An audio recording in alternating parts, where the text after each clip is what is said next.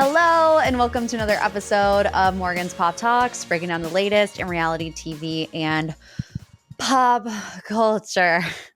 If I look disheveled, if I sound disheveled, it's because I am. As a Midwesterner, we dealt with, I'm just going to say, a tornado. I mean, I don't know for sure if it was a tornado, but it certainly felt like a tornado, and I haven't had power in my house for 24 hours. So, coming to you live from my mom's house. I think you can tell by the decor.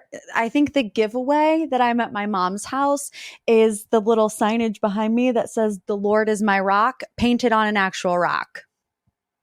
Yes, that's how you know you're at your parents' house, ladies and gentlemen. But, I'm trying. I'm making do. I was like, I'm going to do it.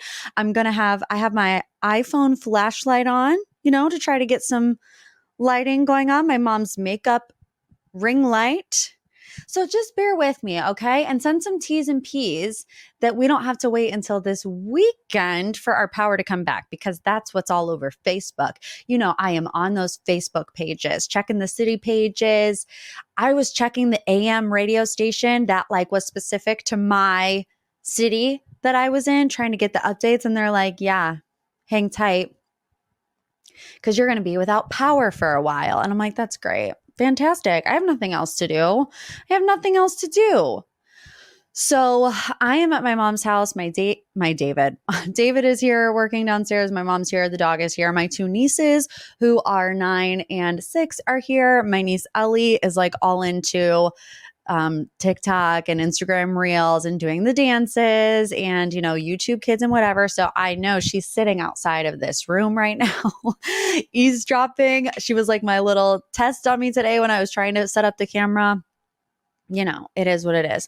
That on top of the fact that I'm having a bad eyebrow week. Ugh, is there anything worse? And I just went to put my hand on my head, but I don't even want to touch my face because I'm afraid they're going to mess it up. Is there anything worse than a bad eyebrow week where it feels like no matter what you do, your eyebrows just look jacked up? And now that I said something about it, y'all probably didn't even notice, but now that I said something about it, people are going to be in the comments being like, yeah, go get them done or whatever. I don't care. I do care. Clearly. And the top of the show rant always does end with send T's and P's for whatever traumatic life event I'm going through at the moment. That's what it is. Bad eyebrows and a tornado. So T's and P's for that. Let's get into the pop 3. Oh, by the way, if you didn't know, I did a pop off earlier this week. So if you want to hear about Carl Radke's soft bar launch, if you want to hear about me going to see Ariana in Chicago and New York City, the hell on earth that we had to endure trying to get home. Yeah, we drove back from New York City. So the past week has been really phenomenal. That's on a pop off episode. It's on the feed. It's on the YouTube. So give it a listen. But let's get into the pop 3. These are the biggest headlines from reality TV and pop culture of the week. Paris and Nicole are back. That's what I needed in this moment, right? My life is being flipped upside down. Can't even go back to my house. But you know what gives me peace to my core? The fact that Paris Hilton and Nicole Richie are filming the Simple Life reboot, and we got our first glimpse of it earlier this week. Silly and Billy are back. Sa-na-sa, sa-na-sa, sa-na-sa-sa, sa-na-sa. Do you want to finish it? Sa-na-sa. Yes, it will heal us all. Whatever traumatic moment in your life that you're going through right now, just let that be a little reminder. The Paris and Nicole, they're coming back. Now, we've heard about this reboot for quite some time, but I feel like this is the first time we've actually seen them. They were at a Sonic. They had the Sonic shirts on. They had the little visor, and Danny Pellegrino was also there. He was also on Watch What Happens Live this week talking about the New Jersey finale. So great week for Danny Pellegrino. Props to you. But it's going to be on Peacock, first of all. And Peacock is that girl at the moment. And I just heard that Hulu prices and all this other stuff was about to go up. And I'm thinking about just canceling it and just being a Peacock girly, because you had Love Island, you have The Traitors. Now you have all the Housewives, all the Bravo shows. And now you have the Simple Life reboot coming to Peacock. Not sponsored, but it should be. but it should be. And the only thing I really use Hulu for is like The Bachelor and The Bachelorette. And this season of The Bachelorette, stale bread. How many times are they going to go up into a helicopter? Please. How many times is the ex going to come back and they don't let them join the show? Please. Give me a break. The only reason I'm even considering keeping it is I have faith in the Golden Bachelorette. I have faith in the Golden Bachelorette that it's going to also heal some part of my soul. But you know what? I also figured out this week that, and this is very niche. This is very niche. But some of you are going to be upset about it. The Golden Bachelorette is airing on the same day at the same time as Survivor. Who decided that? What am I supposed to do? 8 p.m. Wednesday nights, starting September 18th, both The Golden Bachelorette and Survivor will be on at the same time. Just kill me. Just kill me, why don't you? Anyways, back to Paris and Nicole. I'm ready for it. I'm here for it. I'm just really hoping that they don't pull like a Lizzie McGuire reboot because that was supposed to heal us. What happened to the Lizzie McGuire reboot? I remember that was like one of the first ones to be announced. It was back during COVID when we were all depressed, alone, anxious. It was like right off the heels of COVID. You know, we were looking for some sort of joy in life. And then Hillary Duff gets on her Instagram and is like, Lizzie's back, you know, with her butterfly clips in her hair, with her tie-dye crop t-shirts, with the jelly shoes, with the blow up neon seats. You remember like the good old days with the beads that came down on your front door. Mine were butterflies. My sister had stars. I was kind of jealous of hers, but looking back, I would love the butterflies back. But we never got it. I was like, I need to see a 30-year-old Gordo, a 30-year-old Ethan Kraft. But we never got it. And I do have a little bit of PTSD from that. So I'm just hoping that filming with The Simple Life goes great and that we will get that reboot. Like I said, it's going to be on Peacock and Peacock is killing it. Headline number 2, Katie Maloney spotted with Connor Newsom from Love Island. I saw this story last week and I was like, Pixar, it didn't happen. Pixar, it didn't happen because anybody can write into a news publication and be like, I saw Katie Maloney and Connor from Love Island at this tavern at this time. And I'm like, okay, prove it. But there was no proof. Well, now Katie is kind of talking about it on an episode of her podcast where she said, was I on a date? I'm not going to deny anything. I don't think it's fair to be yapping about it. So she is playing very coy, but she wasn't denying anything. And I'm just like, it would be the crossover of the century. And I was sitting here thinking about like, why is Katie Maloney and Connor Newsom taking up so much mental space inside my brain? And then I realized it's because I feel like that's what would save Vanderpump Rules, is like a Love Island crossover. And I started going down a deep rabbit hole in my brain about this show that I'm pitching to you right now. And maybe the people at Peacock, if they're listening, now that all the Love Islanders are like A-list reality stars, okay? I won't say that they're A-list, but they're A-list reality stars. They're all going to move to LA within a couple of weeks, months. Some of them are already there. So my pitch is like VPR Next Gen, but it's Love Island, you know, because people have been throwing that out for a while where they're like, it doesn't make sense. None of them work at SUR anymore. Like, is it just a show about the original cast or is it a show about the restaurant, whatever? Have the PPG do a couple shifts at SUR. Have Aaron go to Schwartz and Sandy's because that like checks out. You know, Aaron's got to go to Schwartz and Sandy's, unfortunately. Have the PPG at Something About Her. That would be great. And like it's a documentary style show where the Vanderpump Rules veterans show them the ropes of A, how to make money in LA, and B, how to handle like new fame. Let's do it.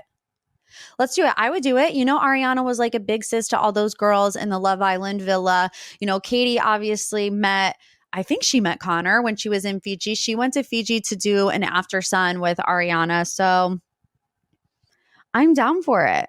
And it's like each Islander can have one specific person be their mentor. Like Aaron would be Tom Schwartz. Oh my gosh, he would be Tom Schwartz. People were comparing Aaron and Rob to the two Toms all season. So can you imagine if they did a shift at Schwartz and Sandy's, Rob in his overalls and Aaron? Okay, let's move on to headline number 3. Brittany Cartwright was spotted with Bachelor Nation alum Tanner Courtad. So is Brittany moving on? So the Valley star, former Vanderpump Rules girlie, has reportedly been hanging out with Bachelor Nation alum Tanner Courtad. So Tanner was on charity season of The Bachelorette, and then he did a season of Bachelor in Paradise where he had a brief thing with our glitter gal, Jess. You remember? I love that girl, looking like a disco ball 24/7. That's how you make a name for yourself. Love Jess. But how did they meet? So it says here the pair met at a bachelorette watch party on July 15th, hosted at Jax's Studio City. The duo then attended another watch party and have been spending time together ever since. A source told the outlet, Daily Mail, that this insider even said that Tanner has been tagging along as Brittany films The Valley. So all of this happening while Jax is in a treatment center for mental health, right? They're having these watch parties at Jax's Studio City, which I feel like people are like, she's hanging out with this new guy at her husband's restaurant while he's like in a getting help for mental health. And I'm like, that restaurant is just as much Brittany's as it is Jax's. Just because it says Jax across the front of it, like, let's be honest, who did all the legwork? I'm sure it was Brittany. But I think the way, I don't know for certain, so don't quote me on this, but you guys, Jasmine, who was on The Valley, who I'm sure is filming with her right now, was also on The Bachelor way back when. I believe she was also a Dallas Cowboys cheerleader. So like Jasmine, very accomplished in the world of entertainment and pop culture. So I feel like maybe that's how these watch parties started. And then obviously they all met. But I did see like a picture of Brittany and Tanner together. And I don't know what's going on. I'm going to assume that it's just a fling, but Brittany looks like happy. I saw her in the cutest little outfit. His black shirt had like a white collar. She had her little pigtail braids down the front, looking cute as ever, with a grin ear to ear. Tanner sitting next to her. And I think he had like his hand on her shoulder. And I was like, oh, we're here for it. He's a fitness trainer. He works for Fitness Media Productions. It says here, the #1 fitness and healthy lifestyle video production company. So he's like posting thirst traps all day long, workout videos on his Instagram reels, shirtless, sweaty. He's got the washboard abs. So, like I said, I'm here for it. I mean, even if it's just a fling, I think Brittany deserves to get her mojo back. I really do. I can't imagine what the headlines are doing for Jax at this particular moment, but he needs to focus on himself. Brittany's going to focus on herself. And we're going to live our best lives. And if she's doing that with Mr. Tanner Courtad with his washboard abs and his flowing locks, then I'm here for it. Okay, let's get into this week's deep dive. What are we going to dive more into? And you know, it's slow this summer, but we did have the Real Housewives of New Jersey finale, the moment we've all been waiting for, I guess. It kind of was I don't want to say it was a letdown because I do feel like I enjoyed watching the finale, but it was really hyped up. And the Bravo people, they do this all the time. Andy specifically, where they're like, oh, this will change your life forever. This is the craziest thing you've ever seen. And then it's like, okay, I mean, we kind of went a little bit overboard, but there were some good moments. So before we get to the Last Supper, there were 2 scenes that really stuck out to me more than anything else. The first one being Louis at the house with Teresa, wishing suffering on Margaret and her son, which obviously got everybody all riled up, as it should. It's like, you know, sometimes the Bravo fandom gets riled up for the wrong reasons, but that one, that and the fight between Dolo and Marge. But let's talk about Louis. I said this on my Instagram page, but I'm going to say it again for the people in the back. This whole season has been like Teresa focusing on clearing Louis's name or trying to course correct his tarnished reputation. And she says it's because of all the other women, because all the other women, specifically Marge, are talking to the exes. They're leaking stuff to blogs. They're leaking stuff to the press. And some of those things may be true, but what also is true is the way that Louis acts on camera. And he doesn't do himself any favors. If they are sitting here trying to clean up his public image, to have something on camera say that you hope someone's son endures suffering, like with a straight face,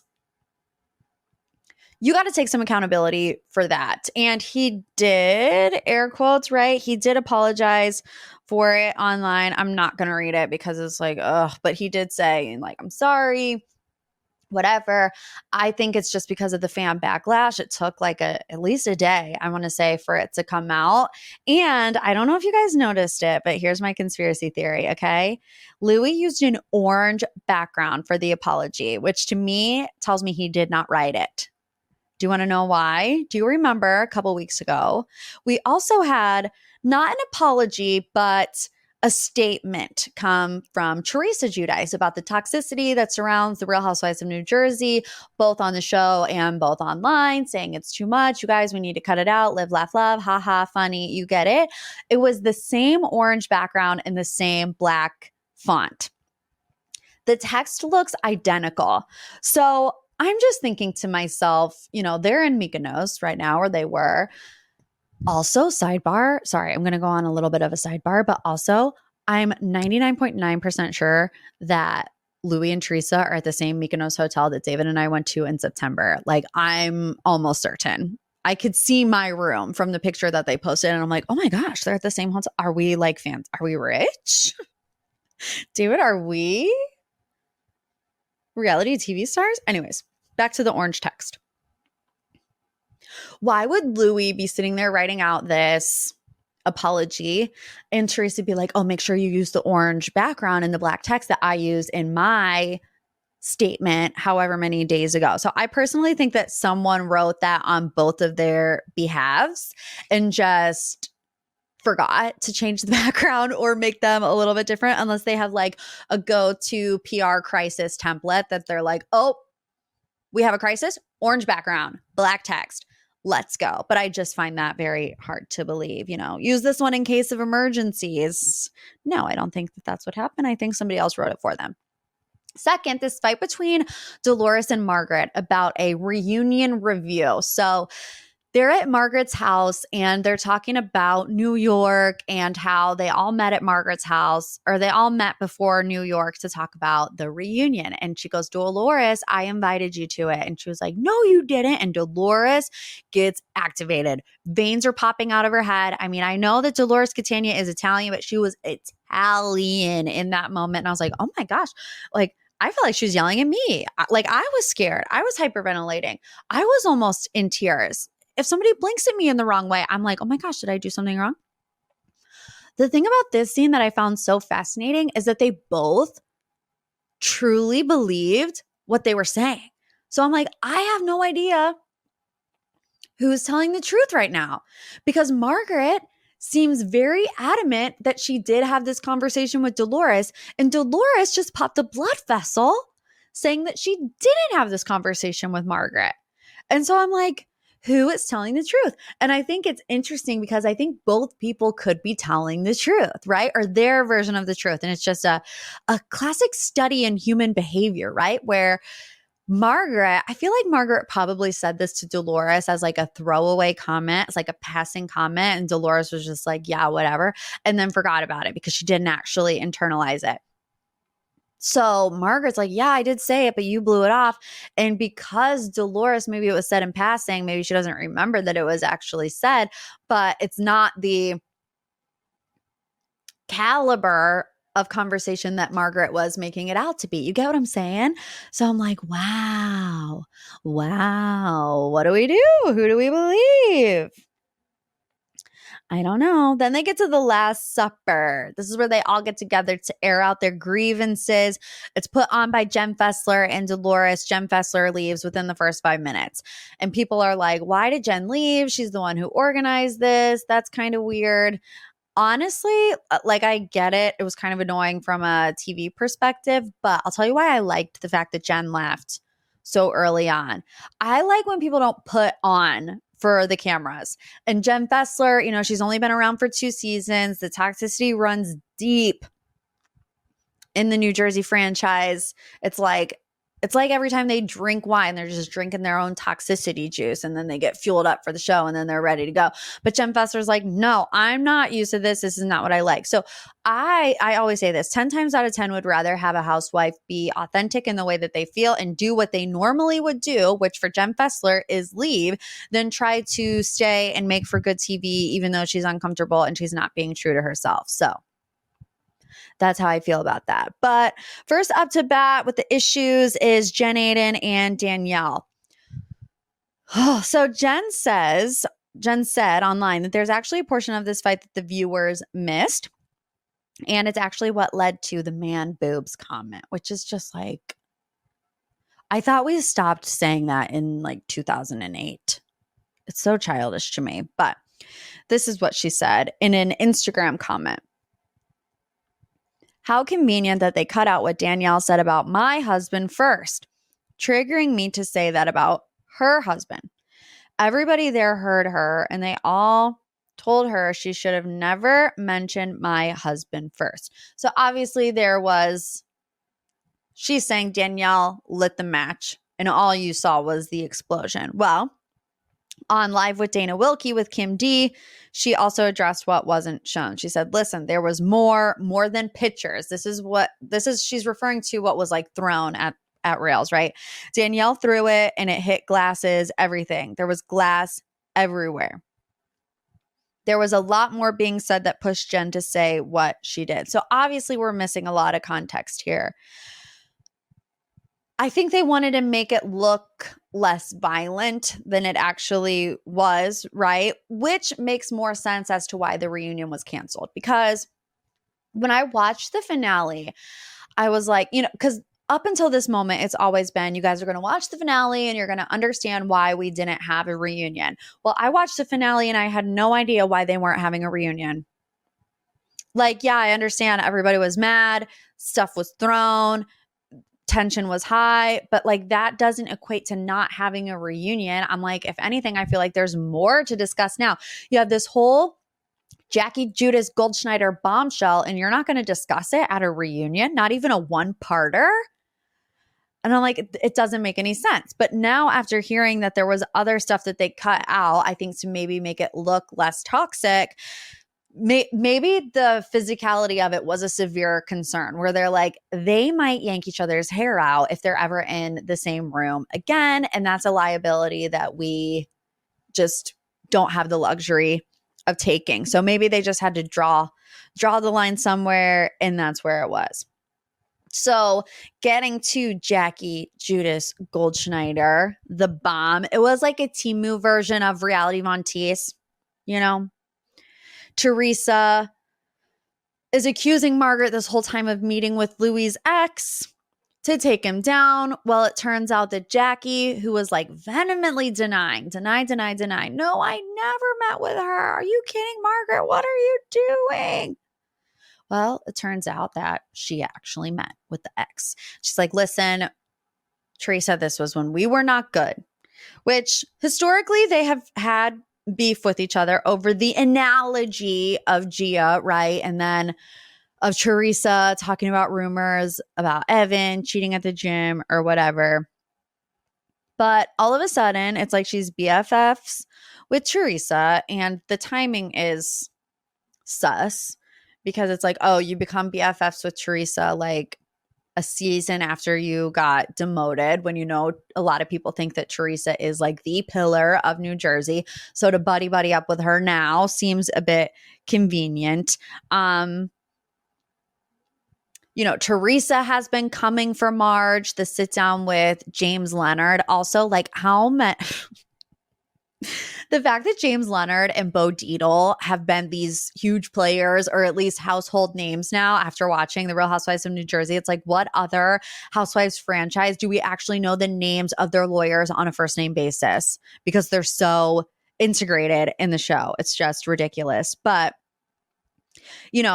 Teresa was on a warpath against Margaret. She even said a couple episodes back, something along the lines of, who cares about Jackie? I just want to take down Marge. So looking back, I think that was a bit of foreshadowing, because even at that Last Supper, Jackie tells Teresa, hey, I met with the ex. It's like, who cares about Jackie? I'm just trying to take down Marge. And that's the same exact sentiment we got, because it looked like Teresa could care less that Jackie met with Louis's ex. I mean, and her conviction was so strong. She's sitting there lying to everybody's faces, which I get it. I would lie too. I would lie through my teeth because there were just pictures thrown everywhere. You don't want you to be the walking target next, right? But she was like, okay, I actually did. Teresa has no response at all. She has one little like death glare. And then she's like, it's okay, because Jackie and I weren't great friends there then, and I was coming for her husband. And everyone's like, what? And Melissa's like, you still care about the sprinkle cookies, but you don't care that it was probably Jackie that got a hold of that Warrior video that everybody saw and was weirded out by about Louis. I mean, it literally just makes no sense. And she doesn't care at all. And I mean, she still doesn't care. She's still friends with Jackie. So if I get the opportunity to ever interview Teresa Giudice, I'm asking her, why didn't you care? Why didn't you care that it was Jackie? And I understand that, you know, it was a different time and you can understand why she did it. Understanding why she did it doesn't negate the fact that you should be having some sort of emotional response to it, right? Just really odd behavior, in my opinion. So people are talking about these two scenes that were cut from the show that were in the New Jersey trailer. One, it seemed like a conversation between Louis, Teresa, and a producer in which he says, I want it to be better. Teresa says, it's not gonna be. I don't want to talk about it. And then another cut scene from the trailer, it seemed to be a phone conversation between Margaret and Joe B. And Margaret says something along the lines of, Louis threw all of her money away.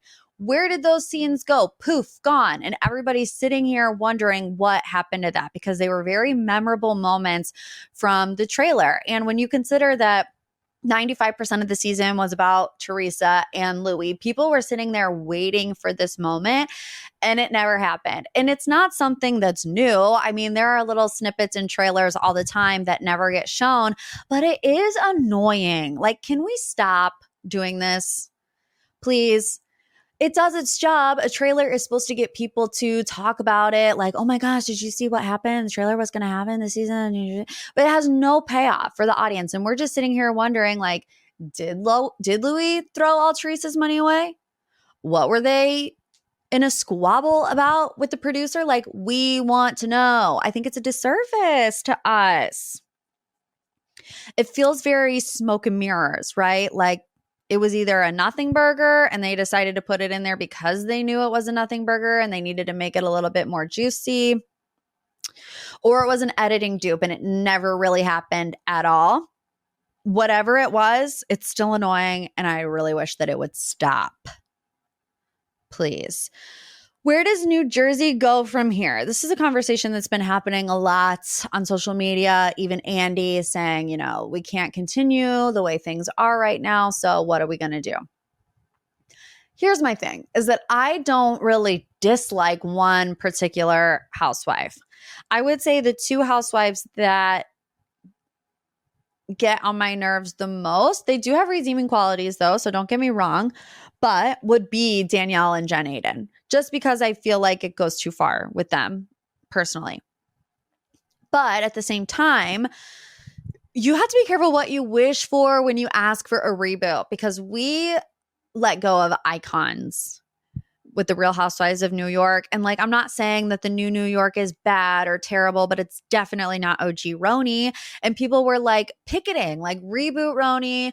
They're so out of touch. We can't stand these women anymore. And it's like, now we're not invested in new RHONJ at all. They were fighting over cheese and going to catch in New York City. And it takes a while for franchises to get off the ground.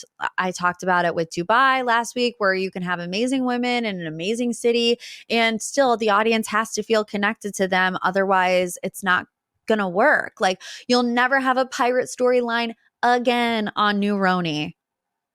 You won't. Like, you'll never have these women almost capsize on a boat in New RHONJ. So I don't know. I feel like you have to pick a group of friends and go with that group. So is it going to be Teresa in that way? Is it going to be Melissa in that way? Honestly, I don't care as long as Dolores is there. I'm more sad about the house husbands, right? Like, Sue me. I think Joe Gorga makes for good television. Sorry, I do. Frank Catania Sr., a gem. Joe B, y'all crucified me for not being able to pronounce his name. Who can? Is it Benigno? Benigno? I don't know. Who cares? I still love him. Like, I'm going to miss the house husbands. Even Bill Aiden, I'm going to miss them. So, I don't know. RIP, we've seen that they probably aren't going to even start production or make any decisions until 2025. So, we'll see where that goes. Final thoughts, some more Olympics drama with MyKayla Skinner and Simone Biles again. So I told you last week about Simone Biles and her Instagram caption kind of clapping back at MyKayla Skinner, who recently had said in a YouTube video that members of the U.S. gymnastics team weren't disciplined enough, were too soft, pretty much, saying coaches can't get on them the way that they used to because of this new, code of conduct that they implemented. Well, Simone posted a group picture and said, lack of talent. Where was it? I have it. Lack of talent, lazy Olympic champions, because that was the sentiment of MyKayla Skinner's rant, I will say. So that kind of kicked things back up again. And so MyKayla went on her Instagram publicly asking Simone Biles to ask her fans to stop sending her hate. She posted a 3-minute video on Instagram explaining that she and her family were getting death threats over the women's gymnastics drama. I'm just going to stop, full stop right here. Unacceptable to be sending people death threats under any circumstance. I don't care what it is. Go touch grass. If you are doing that, even the level before death threats, leaving just the nastiest messages, DMing people, go outside, get some fresh air.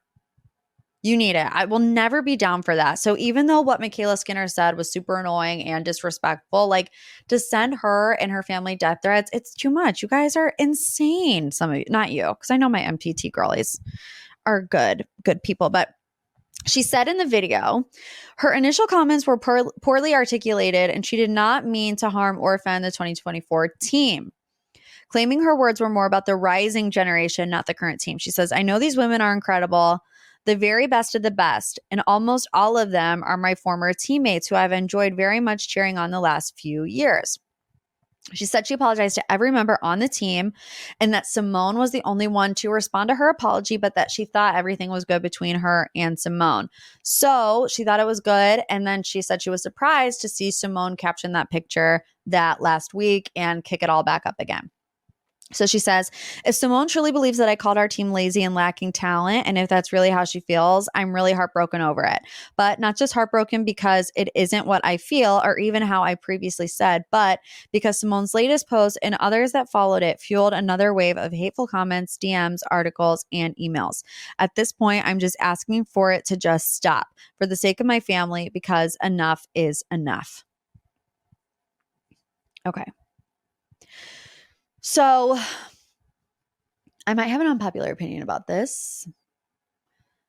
MyKayla Skinner is at fault, right? She should have never said what she said. I do think she has apologized for it. You're still going to get backlash, even if you do apologize for it, because it's the year 2024 and the internet exists.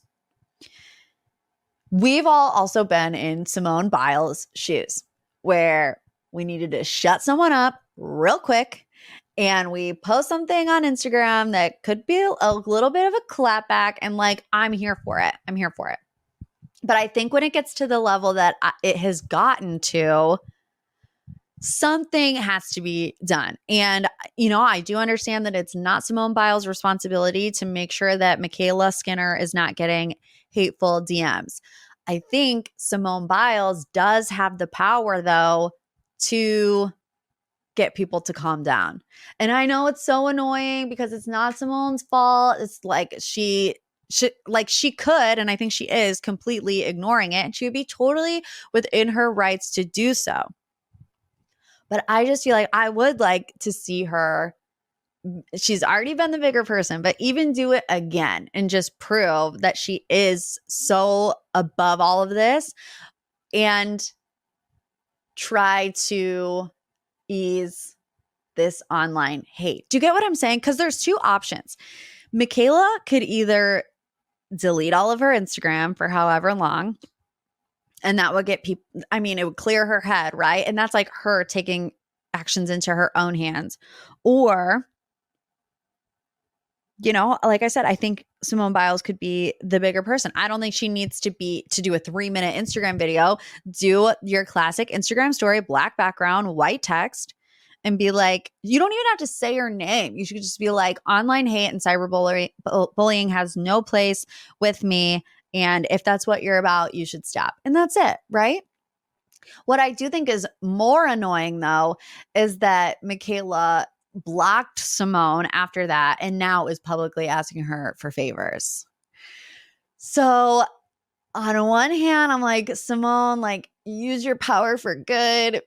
People will fall even more in love with you if you do this. But on the other hand, I can see why she wouldn't want to engage, because it feels like every time she does engage, it just starts all over again. And honestly, this might sound bad, but like, MyKayla, just give it time. In 2 weeks, the world will be on to another scandal. They'll be DMing somebody else and they'll forget everything that you said. It's just the way that people are wired when they are chronically on the internet and have hate in their hearts and want to yell at somebody. So write it out. I mean, I do feel bad. She said it was like trickling down to her husband and her manager and her child. And it's like, it's just too much. Deactivate your Instagram for a week, girlfriend. Go on a vacation. Like, use it to your advantage. All right, that's all I have to say about that. Thanks again for tuning in to another episode of MPT. Don't forget, Lila's merch now available at morganptalks.com. I got the hoodie, I got the t-shirt. Look, the weather's changing. If you want to be a cozy gal, you got to get that Love You Like a Sis crew neck, because it's legit. Like I said, morganptalks.com. Bravo Friday happening on Friday. Hopefully, if I have power at my house. Celebrity Thursday tomorrow on the Patreon as well. No, today's Wednesday. Celebrity Thursday is today, you guys. I'm losing it. Disheveled. Okay, have a great rest of your week. And as always, love you like a sis. Bye.